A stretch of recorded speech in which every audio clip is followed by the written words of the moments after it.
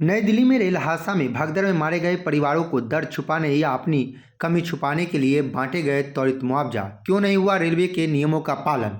24 घंटे के अंदर ही मुआवजे के तौर पर मृतक परिवार के सदस्यों को 10-10 लाख रुपए दिए गए। जानकारी की माने तो सभी मृतकों के परिजनों को पोस्टमार्टम के बाद ही 10 लाख रुपए कैश दे दिए गए। समस्तीपुर के रहने वाले मुकेश, जो अपने माता पिता और अपनी भांजी को खोया है, उन्होंने कहा कि रेलवे अगर तैयार होती तो ये भगदड़ नहीं होता।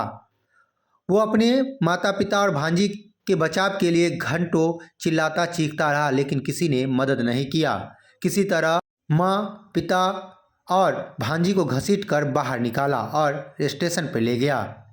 वहीं 2023 में रेलवे ने नियम लागू किया था कि 50,000 रुपये से अधिक का मुआवजा कैश में नहीं दिया जाएगा, लेकिन रेलवे ने क्यों अपने ही नियमों को ठेंगा दिखाते हुए 10 लाख रुपए कैश दे दिए।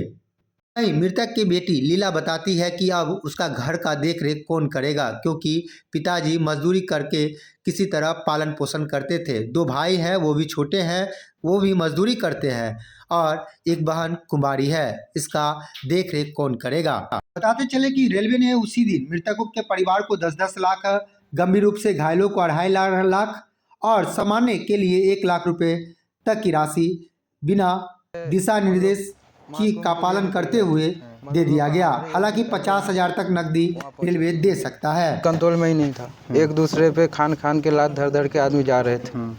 मेरी मम्मी, पापा और भांजी सबसे नीचे दब गए थे। अच्छा। मैंने 2-3 बार खींचने की कोशिश भी किया, पर मैं खींच नहीं पाया उन लोग को। अच्छा। प्रशासन एक भी नहीं था। 2-3 के पास में गया भी था, जो वहाँ पे पुलिस वाले रहते हैं। 2-3 के पास गया भी था, वो बोल रहा उसके पास जा, वो बोल रहा उसके पास जा। जी सर, हम लोग को 10 लाख जो मृतक थे उनको नाम से मिल गया है। 10 लाख कैश में मिला है सर।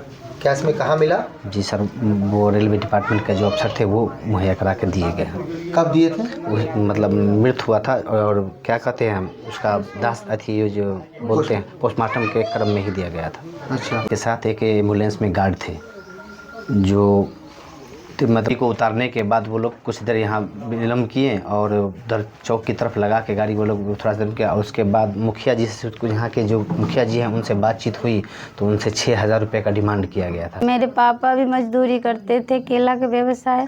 मेरा भाई है 2, एक बहन है, दोनों कुंवारे हैं। मेरा भाई 5-6 हज़ार का महीना कमाता है। मेरी बहन अभी बहुत जवान है, कहाँ से लाएंगे हम? के कौन शादी करेगा उसका? मेरा भाई अभी छोटा है, शादीशुदा नहीं है, कौन उसका परवरिश करेगा, कौन देखेगा? था नहीं हुआ, कोई व्यवस्था नहीं है दिल्ली में। व्यवस्था होता तो क्या मेरे माँ बाप को चले जाते छोड़ के हम लोगों को। समस्तीपुर से दैनिक भास्कर के लिए मंटू रॉय की रिपोर्ट।